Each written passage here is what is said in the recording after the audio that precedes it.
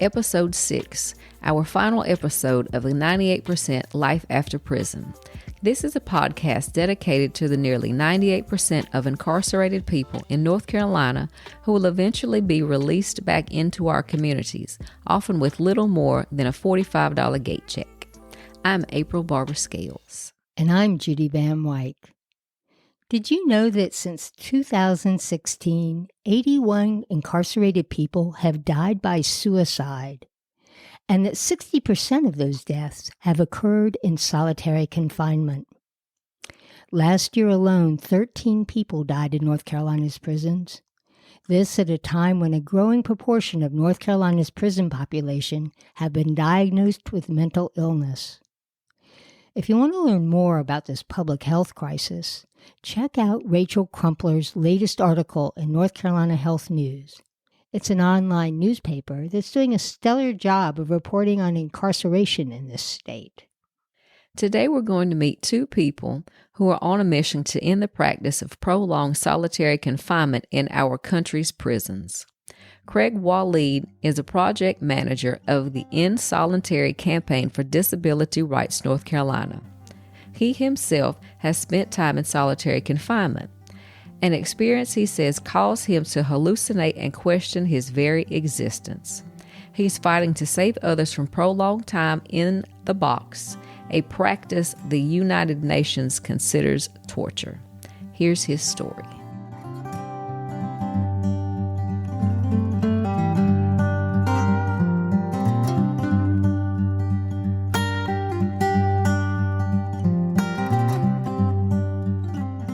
I'm a formerly incarcerated person.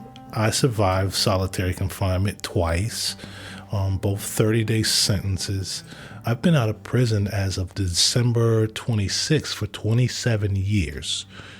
But one of the things I told myself while incarcerated is that I would dedicate my life to helping people who are incarcerated have a better quality of life. And so I was living here in North Carolina, and I was working with a professor at UNC where we were doing research on the intersection of health and mass incarceration. And we met weekly with Disability Rights North Carolina's criminal legal team. And Disability Rights had a position opening up, this position that I hold as the project manager. And they advertised it. I applied for it, interviewed one time, and the rest has been history.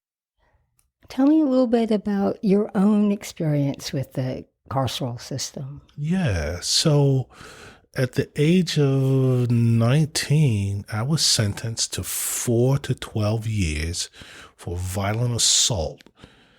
I spent 8 years behind the wall and 4 years on parole. While incarcerated, I spent a lot of time reading, writing, contemplating my own life, the circumstances that led to me being incarcerated, but also thinking about what I wanted my life to be like post-incarceration. And so part of that reading and writing and studying also led me to a higher education program while incarcerated.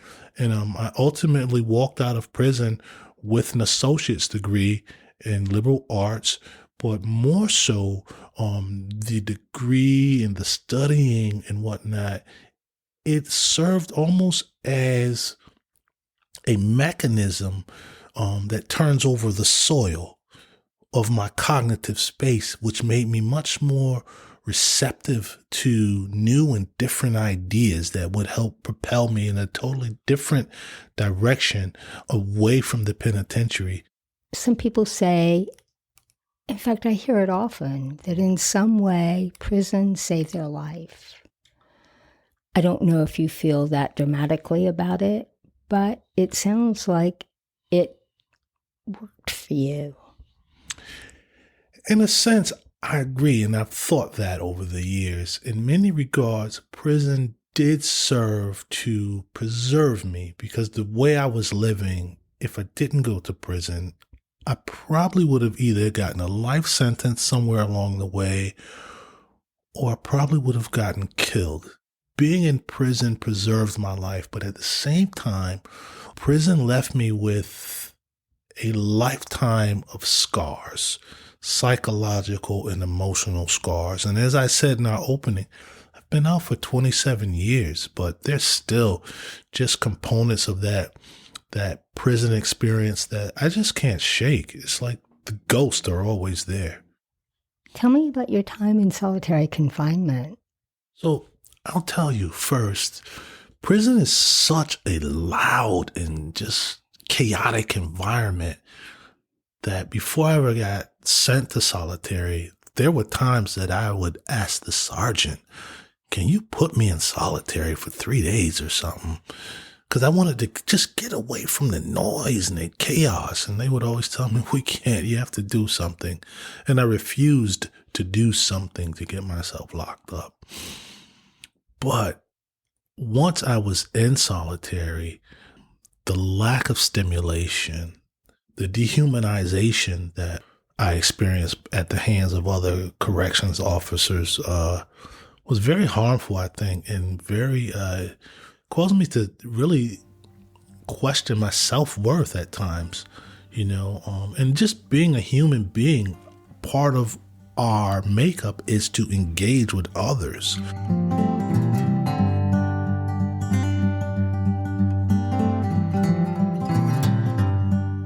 Can I ask what got you into solitary confinement? Yeah.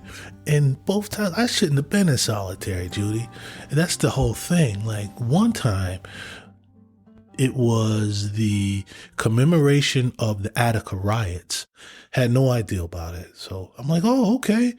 And I was walking with some guys and I run up to them. Hey, this is what they're doing. And I repeated that whole thing about Attica. And some officers were on the walkway and happened to hear me tell the guys that. So we go in the cafeteria and we do our thing, dump our food, walk out. And as we're walking back past, the two officers grab me and arrest me and take me to solitary and tell me that I'm being put in solitary for inciting a riot. And then the second time, I'll never forget this because I was traumatized. I'm in a medium security and there's a dormitory type setting with bunks like barracks in the military almost. And I'm standing at my bunk and there's the officer there. We're talking about something I forgot. And there's a couple other incarcerated people. And this guy comes tearing into the day room. Out of the day room into the barracks area, into the bunk area.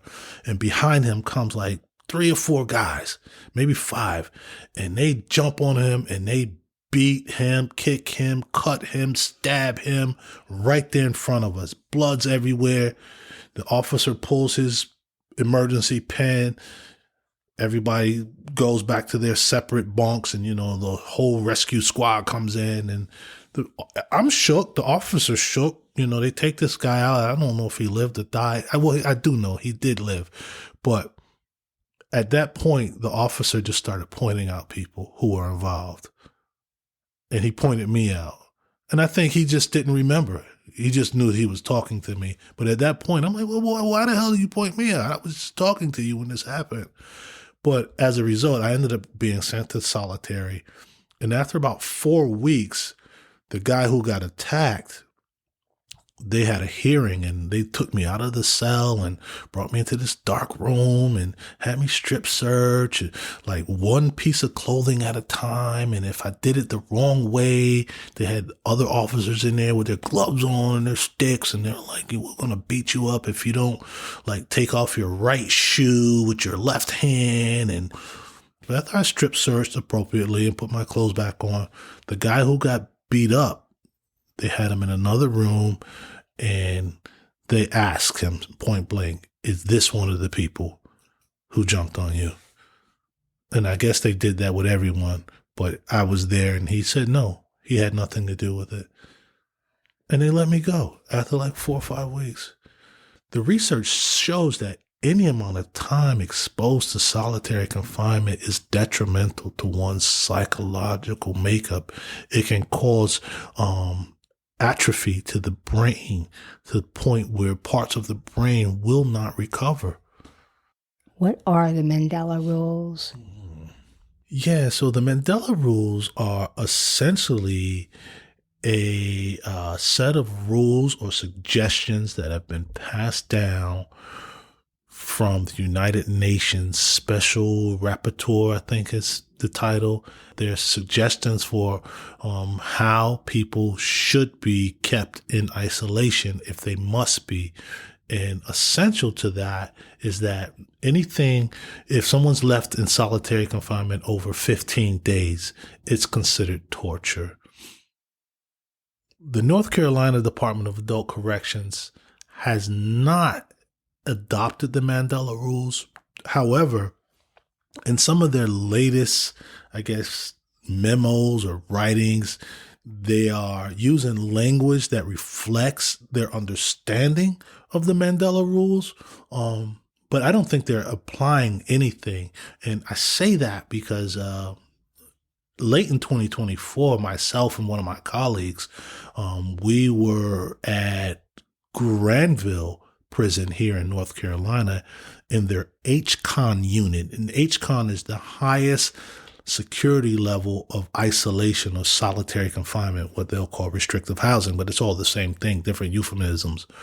And the people in there were not allowed to come out of the cell. People were locked in 23 and 1, 24 and 1. So that other 1 hour that they came out, it was like they were still in isolation because there were like 2 cells that would face each other. And then in between the cells was like a foyer that was also locked off. And so the men would explain to us that they were allowed to come out of the cell into the locked foyer one at a time, but they're still locked. They're just not in that cell, but they're right in the locked little foyer right outside. Typically, you hear the system players say that, well, we're not going to adopt the Mandela rules because of officer safety or security reasons to keep the facility safe, et cetera, et cetera. However, research shows us that solitary confinement actually makes prisons less safe because of the impact that it has on people psychologically and emotionally. And many of them will come out of solitary confinement. Many of them will return to general population. And if they have not been treated humanely, they're more likely to be engaged in inhumane behavior once they get back to the general population or the main population, which is in the world, the free world. But also, on another note, speaking about solitary confinement, I think that it's important to also take into account that people who are exposed to solitary are oftentimes at what I'll say super increased rates of suicidality. Lots of suicides have happened in solitary confinement in North Carolina, but also post solitary or post incarceration, high rates of suicide, drug overdose, homicide. But we also have to take into account that this is not just the people who are incarcerated, but also the people who work in these units also are at super hyper increased rates or at risk of developing very similar type of health consequences. But also, it makes me think about my experiences in Norway. When I went to Norway, we sat with corrections officials, and they're essentially explaining that they provide the corrections staff almost 2 years of training. They learn social work skills. They learn psychological skills, psychology skills, just a very in-depth training on how to work with people. And what I dig about the Norway model, though people will say, well, they have smaller populations, this, that, and the third, but we can still borrow from them. And one of the things that I dig that they do is this thing called dynamic security, where the staff are developing relationships with the incarcerated people. They're not chumming up with them, but they're showing them respect and they're treating them with respect. And then the systems are not harsh where people are so traumatized. The systems are providing people opportunities to habilitate themselves or rehabilitate themselves so that when they get out, that they can be an asset to their communities. Whereas in our American society, our officers are getting more training on weapons and, other types of security measures to suppress people. And the environments are harsh. And so people are not getting the opportunity to develop different thought, behavior, academic, vocational mechanisms to help them become assets to their communities. The other thing we haven't talked about, but is a real problem, is that prisons have become a dumping ground for people with mental health issues. And mental health and solitary confinement are not compatible. Not at all, Judy. And as I said earlier, statistics will show that a disproportionate amount of people in prison have psychological, emotional disabilities. Solitary confinement in and of itself can either exacerbate some of those issues, or it can create new issues where issues were not before. And then also what we find is that statistically, again, we'll find that more people in solitary confinement have psychological disorders. So what that says to me is that those persons are more likely to be mistaken as maybe disobeying rules or causing a disruption, whereas indeed what's happening is they may be just having a psychological breakdown. Their disorder may just be coming to fruition because of the environment of prisons. It does nothing to help people be better. But also there's different components of solitary that they won't call solitary, such as protective custody. Someone is kept in isolation to protect them, to keep them safe. I say, okay, if we have to isolate people, we still have to treat them humanely. If we have to isolate people, we still have to let them out of these cells for more than an hour. They still need to have access to sunlight, fresh air, grass. These things are part of what, helps humans remember that we're human. As a society, as a community, we really have to lean on them, for lack of a better term, put some pressure on them, let them know that you're using our tax dollars to torture our citizens. So what if they come from poor, disadvantaged backgrounds? They're still people. They're still citizens, and they deserve humane treatment.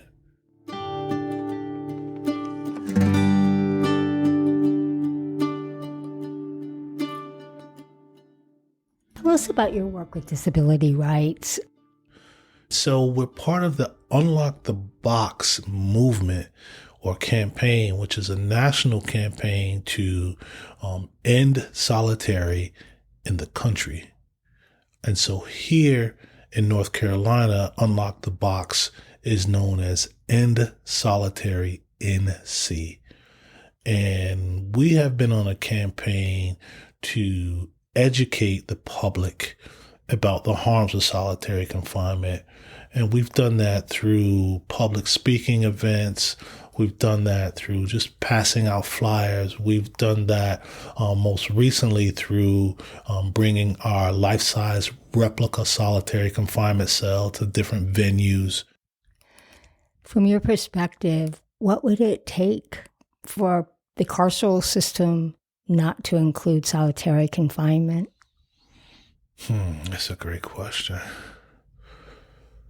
But I think one thing is to think about people through a humane lens, to look at people as human beings who are deserving of respect and care. But the system is such a large beast of sorts that I think it would be very difficult to get it to change. But I think, we have to start by humanizing the people who live there and work there. And I think part of that change has to be less security oriented and more rehabilitative or habilitative oriented, where people are getting the type of attention and treatment that they need. Is there anything else that you think that have overlooked, or anything else you want to say? I don't think we've overlooked anything. If the folks on the inside hear this, I just want to encourage you to keep doing things to improve yourself. Do the best that you can do, no matter where you are, so that when the opportunity comes to do better, you're ready. You know, life don't stop just because you're in prison. Your life's still going. You just happen to be in prison, but you can still improve your life. You can still impact the community inside prison. And if you think you're getting out of prison, that's even more reason to continue to work on yourself. Even if you got to spend decades behind the wall, you're getting out. Keep working on making yourself the best that you can be.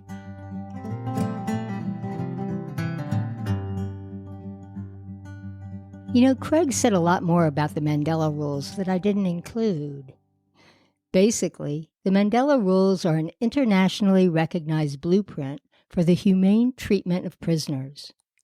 In addition to prolonged solitary confinement, the rules prohibit the confined isolation of people with mental or physical disabilities, minors, or pregnant women. Still, very few states even attempt to follow any of the Mandela rules. April, you were pregnant while you went to prison. How did they treat you?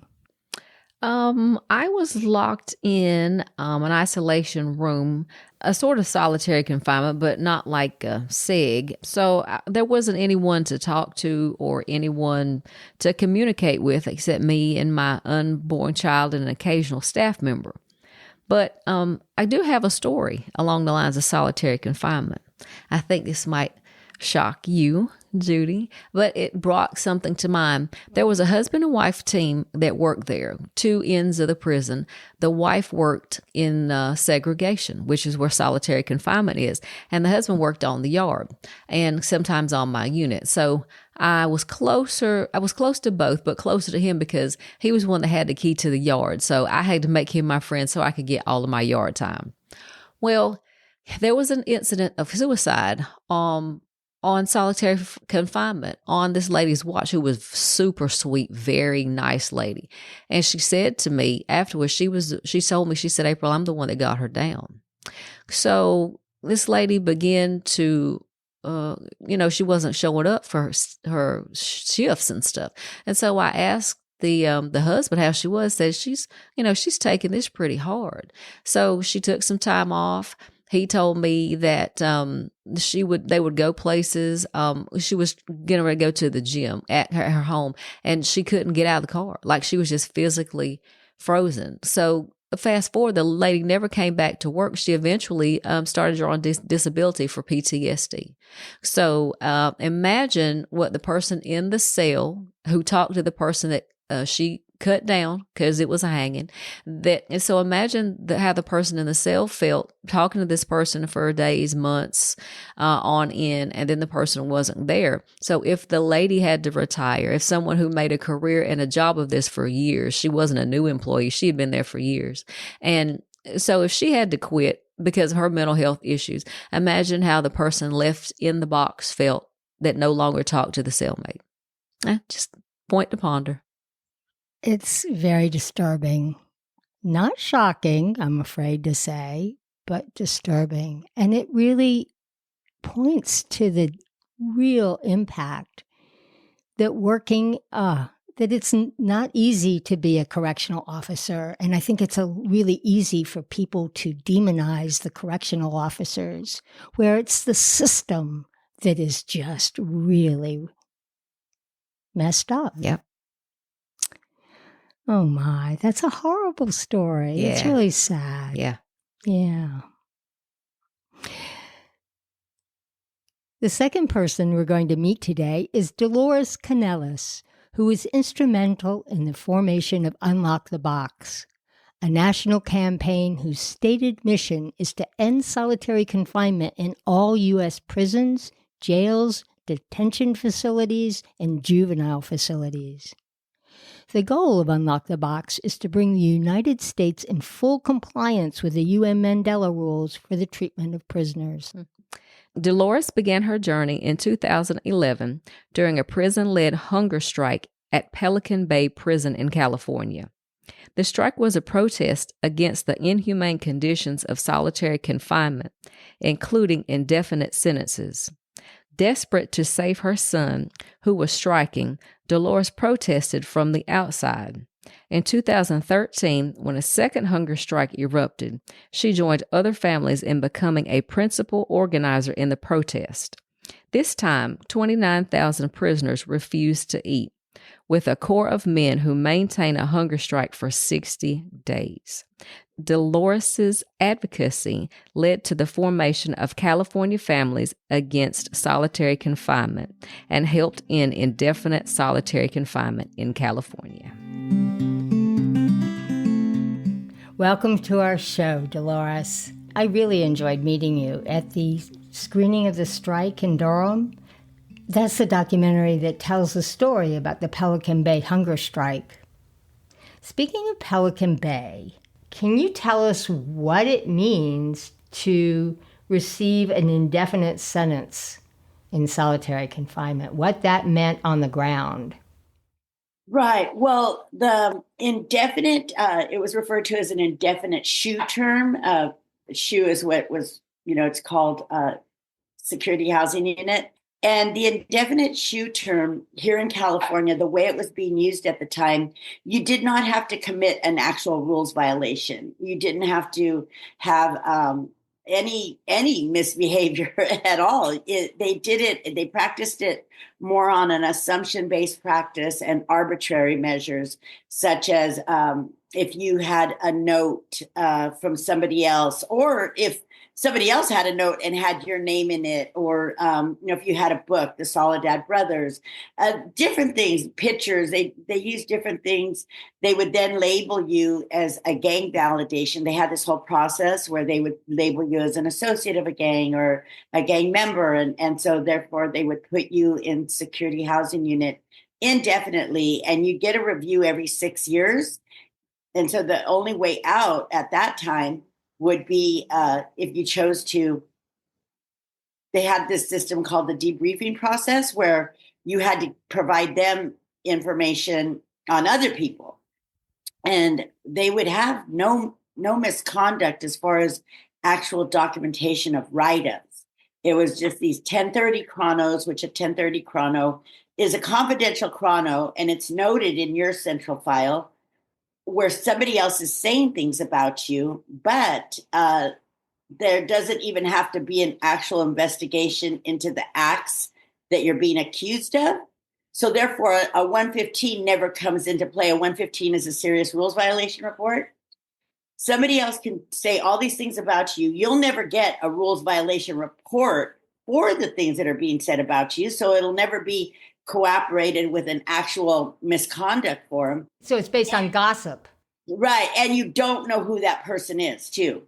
They will. So it's called a confidential chrono. They won't disclose to you who is saying this. So it's a rather complicated process that California Department of Corrections still utilizes to this day. They still have these 1030 chronos.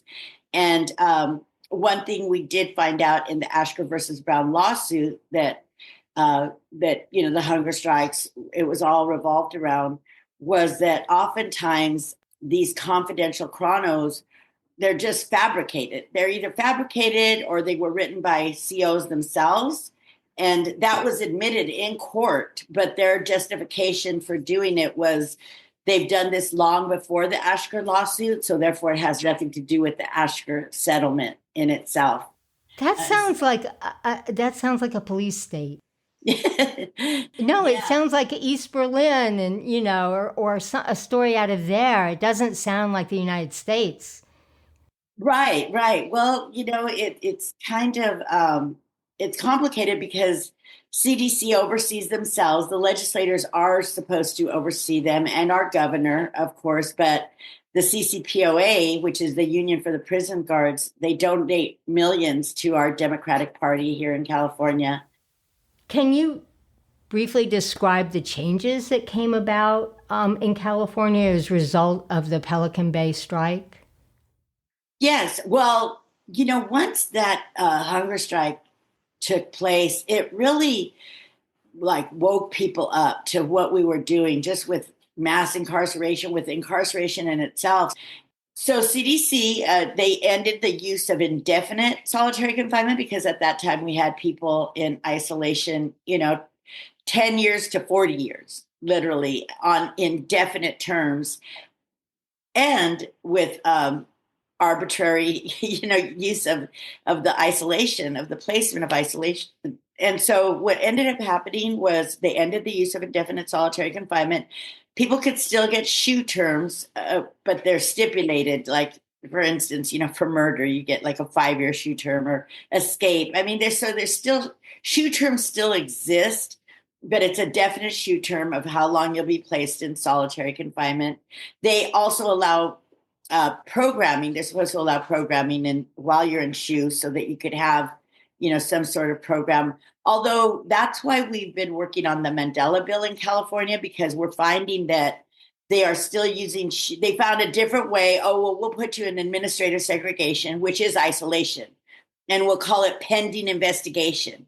And they could leave you there for a year or 2 years, with their whole pending investigation. And we also found that a lot of people were just being stagnant in isolation with no access to programming.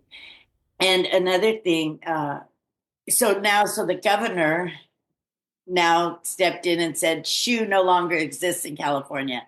Now we have RU. So now it's called Restrictive Housing Unit, and we have RU, and the whole focus is supposed to be to process you out, to give you access to programs. So there's like a whole 200-page implementation report on it. And, so we're looking at that and seeing how it's going so far. So you started to protest in 2011, and then that grew in the 2013 strike, and you formed California Families Against Solitary Confinement. So how is that state organization affiliated with Unlock the Box? Did it lead to the beginning of Unlock the Box? Actually it did. And I have all that in writing. Amy Fatig, who was with the ACLU at the time, said she had never, working on prison policy on a national level, she said she has never seen what transpired in California anywhere, not even on a global level. And so what ended up happening is they brought some of us together from various organizations, and I was the only local, representative for California, but the rest were like NERC, National Religious Campaign Against Torture, Solitary Watch, of course, who works around, nationally, and the ACLU. And so we came together and we met with some funders to bring in a position, just one centralized position that would be able to work with everybody on a national level. And so the funders agreed. And then we created the job description and everything together. And we went through hundreds of resumes. And so I am a co-founder of Unlock the Box. I was part of the interview team. And so we did end up hiring Jessica Sandoval, and which she's really moved the needle forward on a national level, and so it's been really amazing to see, there's over 20 states now working on campaigns, the Mandela Bill, just to see what's transpired from that work and how this is now a conversational topic. I mean, you hear about it on the news now, people being kept in isolation, people being kept in solitary confinement is referred to as torture. And so yeah, it's been incredible. Wow, that is amazing. It's got a long ways to go. Yes. I know just from the one episode that I did on solitary, I have had so many people say to me, I had no idea. Right. People don't know. Yeah. Right. Yeah. Well, and that's what I found during the hunger strikes. I mean, I'm in the strike, and I say there's a part where I talk about this. We're literally just here in California. I used to walk around with a folder to have the pictures of what the cells actually looked like. And people could not believe that we did this in America. I mean, there was shock. There was like, that's things you hear about in the third world country. We don't do this in America. And then, of course, even more shock with, certainly we would never do this in California. California is just too, and I'll never forget when the hunger strikes first started, there was this Betty White commercial, right? And it would say, what do I love about California? When it pulled back the screen, it would have people doing yoga on the beach, or it would have people snow skiing in Big Bear. It had everything California has to offer, right? And I said, we need to do our own commercial. And we pull back the screen and say, you want to know the truth about California? And show like one of the Pelican Bay cells with no windows. I mean, the architectural design in itself is inhumane. The minds that sat there and created those cells for human beings to be placed in have to be a bit deranged. And they have to live with themselves every day, knowing that people are in those cells, going mad, being tortured, cells that they created, that they designed, and that they became millionaires off of. Absolutely. We could talk about this for hours, but yeah, of course. I know people sometimes. Somebody just said the other day they talked about it as work, right? And I said, you don't understand. Like this is my life. Like I talk about this every single day. I talk about like how are we treating people? What are we doing to people? How are we making things better? And so it's just yeah.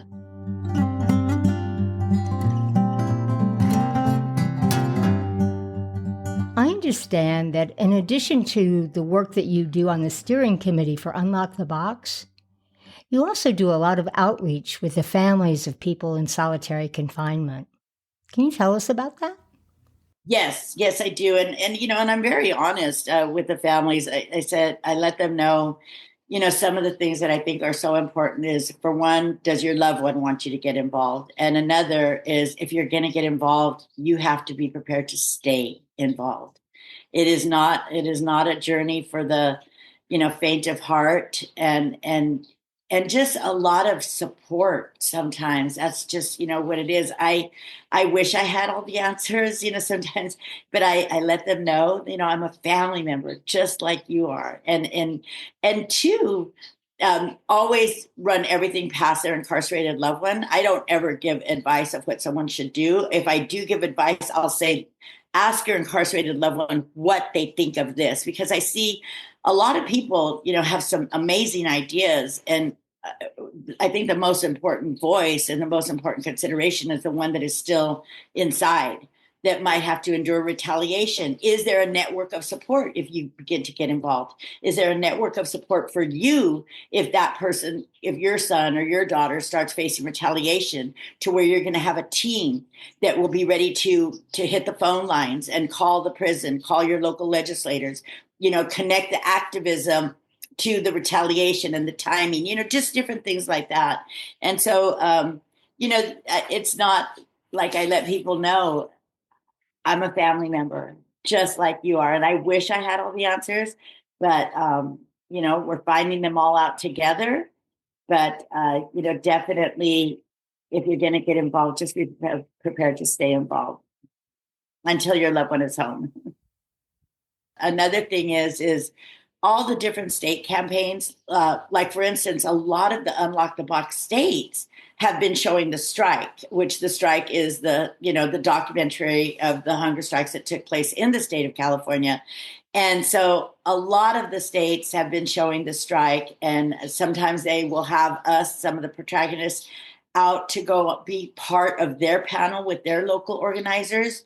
And that's been really beautiful, and to be a part of, and to just be embraced by community. And your own son, how is he doing? Well, yeah, it's been a journey. It's been quite a journey. And now I can see all the retaliation. I mean, I have so much documentation connecting all the dots, but yeah, I mean, he's holding in there. He has been filed some new charges, and he has been filed with federal charges now. He got his original case dismissed to a misdemeanor after 30 years. After 30 years, and he kept fighting and kept fighting. I was sitting in the courtroom where the judge said out loud to the district attorney that still did not want him to be resentenced, might I remind you, not only was he never involved, he was standing on the other end with his back turned. My, that's quite a story. We have just 1 minute left. What would you like to say in closing? I thank you for having this podcast. Thank you for having me on this podcast. What I'd really like to say is I'd like to urge the audience, if you're listening right now, please pass this podcast on. Encourage others to listen. Encourage others to get involved with your local state campaigns and to look into how you can make a difference. And believe me, it often does not take much. Sometimes it's something as simple as a phone call or a letter, and so I would really encourage people to get involved. You can go on unlocktheboxcampaign.org as well and see all the states that are now working on changing these horrific conditions of confinement. And I want to thank you and Dr. Craig Waleed. He's been amazing also. I love Dr. Craig Waleed, and thank you, Dolores. This means so much to me that you were willing to talk to us. Absolutely, Judy, and it's been amazing connecting with you. Thank you so much for having me. And if you're listening right now, please share this podcast and ask the people that you share it with to keep on sharing it. All right, thank you so much. You have a wonderful day. For everyone listening, I urge you to see The Strike, the documentary about the men of Pelican Bay Supermax Prison in California, who went on the largest hunger strike in U.S. history and sparked a campaign to end the indeterminate use of solitary confinement. You'll learn the role Dolores Canales played in both the strike and the legislation that followed. The documentary is currently streaming on PBS's show Independent Lens, and you can also find it on YouTube. Well, that's our show for today, and it's the last show of the season. We're going to take a short break before we begin preparing for our next season. In the meantime, take a listen to some of our previous episodes and check us out on Facebook and Instagram. If you'd like to reach out to us, you can email us at 98%.lifeafter@gmail.com. At the end of June, I'm going to have another shoulder replacement, so I'll be out of commission for a while. But before then, I plan to post a special episode featuring a couple of residents of Orrin Correctional Center who train therapy dogs for people with a variety of disabilities. Stay tuned to the 98% Life After Prison, a show dedicated to all the people who are incarcerated and coming home.